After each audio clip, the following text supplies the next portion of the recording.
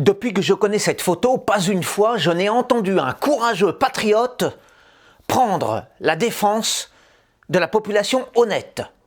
À croire ces vaillants redresseurs de tort de l'histoire, révoltés face à ce cliché. Les ordures de la libération sauraient ces hommes et ces femmes demeurés intègres et exprimant leur liesse légitime après le départ des envahisseurs, tandis que cette putaboche traînée dans la rue serait une victime de l'ire populacière. Alors forcément, vertueuse. Il est trop facile de juger cet événement avec de bons sentiments d'aujourd'hui, sans avoir connu personnellement cette époque, sans l'avoir expérimenté dans sa peau, ses tripes, son cœur. C'est faire preuve de complaisance déplacée que de donner tort aux tondeurs de scélérates, sans avoir éprouvé les souffrances, les privations, les vexations qu'ils ont endurées. Les Allemands étaient nos oppresseurs et toute collaboration ou coucherie avec l'ennemi était perçue comme une insulte, une blessure faite aux Français, opprimés. Les gens qui avaient souffert de l'occupation, au jour des comptes, étaient enragés contre les traîtres et je peux aisément comprendre leur haine, leur colère, leur désir de représailles.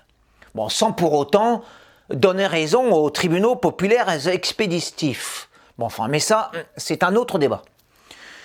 Moi, je ne serai pas du côté des donneurs de leçons qui se pensent meilleurs que les autres et qui, de manière théorique, virtuelle, désincarnée, blâment des faits qu'ils n'ont ressentis ni dans leur chair ni dans leur âme. Cette tondue de Chartres avait pris le risque de sa déchéance. Bon, certes, dans l'absolu, indépendamment des aléas politiques et martiaux, elle avait le droit de s'éprendre d'un soldat de l'autre camp et de coucher avec. Mais il faut ensuite qu'elle assume les conséquences de son choix.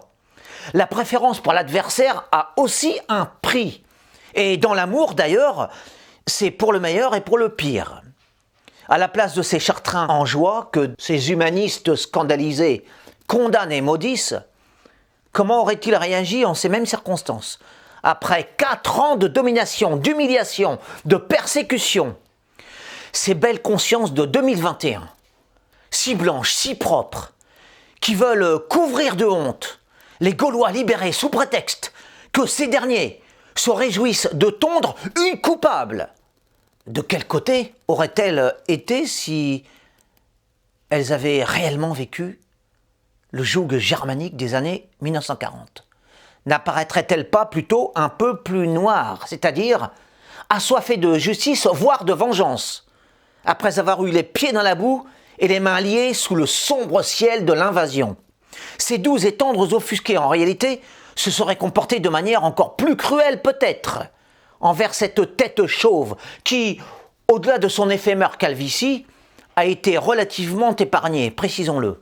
Le châtiment ne fut point aussi cruel qu'on aimerait le prétendre. Enfin bref, ce serait ignorer la nature humaine que de naïvement accorder le beau rôle à ces prompts justiciers.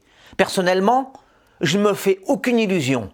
Les moralistes de la dernière heure et de la bonne époque, c'est-à-dire en 2022, s'érigent systématiquement en distributeurs de bons et mauvais points de l'ordre du passé. Crédibilité zéro.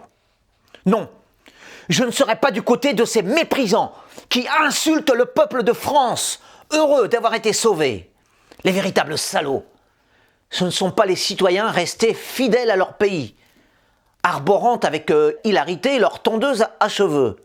Les vrais misérables, ce sont les collabos, à l'image de cette rasée beauceronne. Et c'est sur elle que doit tomber le déshonneur.